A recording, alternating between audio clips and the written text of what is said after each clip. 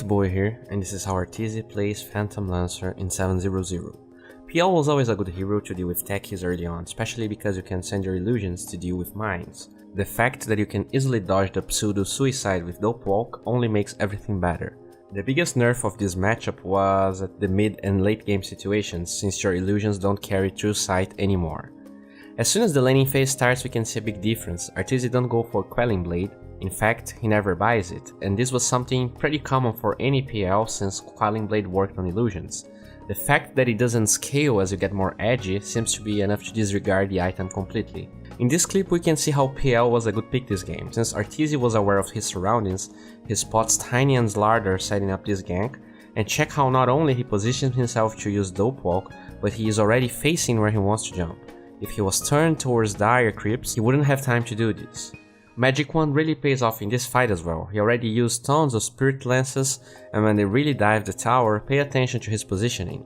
At this stage of the game, PL is a very bad right clicker, especially with Slardar and Tiny having damage block, so he mainly throws Spirit Lances. Understanding the limits of your hero is very important. If this was an anti-mage for instance, he would be way more prone in auto-attacking them because he burns mana and overall deals way more damage at this stage of the game. PL has an escape, but way less reliable and with a bigger cooldown. When Pudge gets isolated though, he goes for the kill, and Slardar also dies. Another interesting subject to talk about is him going Helm of the Dominator. Now that the item gives attack speed and an attack speed aura, both benefiting illusions, it seems like a decent choice for early game impact. Instead of stacking like before, HOD seems more like a way to PL farm without taking so much damage, since with the higher movement speed bonus, the creep can keep up in the jungle. The fact that this is a tomato only benefits him even more. This clip is very interesting. He gets hooked while he had a small satyr with him, but he gives up on Purge and Amplify damage, not only because he felt like he would survive, but because Dope Walk dispels Amplify damage anyways.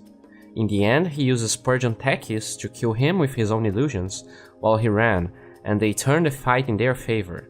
To be honest, Arteezy's item build is very weird to me. I did not have time to test it, but it seems completely geared towards abusing the amount of illusions you can create with Spirit Lance while at the same time abusing the agility bonus from Phantom Rush. If you think about it, Diffusal is not so much cheaper than Eggs, and while it gives a ton of damage early on, the damage bonus to illusions got nerfed, and it lets you very squishy, especially considering Arteezy got attack speed talent, Went Travels, and Helm of the Dominator.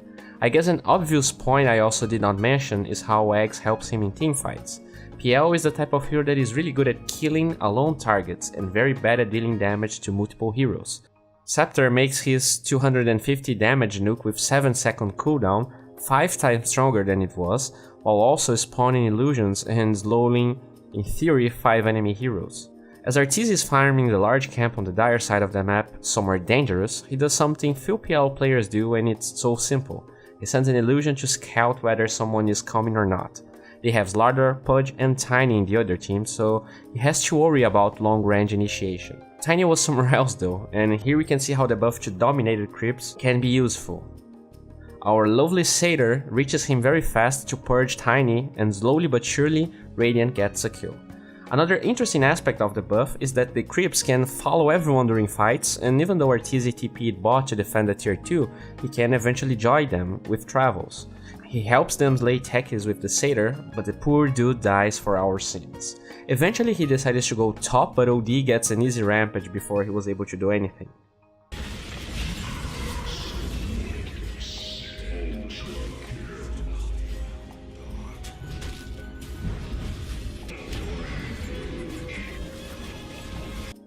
They end up not being able to high ground because they had no detection, and Arteezy keeps farming for Diffusal, the natural progression after going Eggs, at least in my opinion.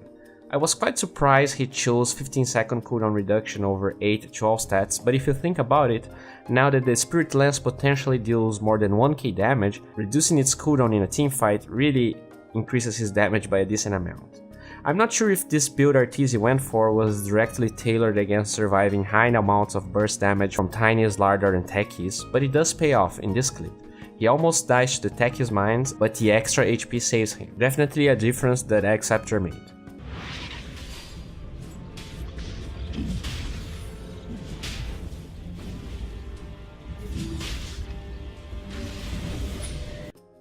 Even though the Scepter doesn't really increase his right-click damage by a lot, it feels like it gives him the ability to endure fights without dying, while at the same time farming faster than Diffusal. We usually talk about the extra damage on heroes, but dealing 1.2k damage to creep waves on a 7-second cooldown is very strong, allowing him to keep up in farm with an anti-mage. I guess another good reason to go Scepter in this game is the fact that they have so many melee heroes, allowing the bounces from the Spirit Lance to be reliable.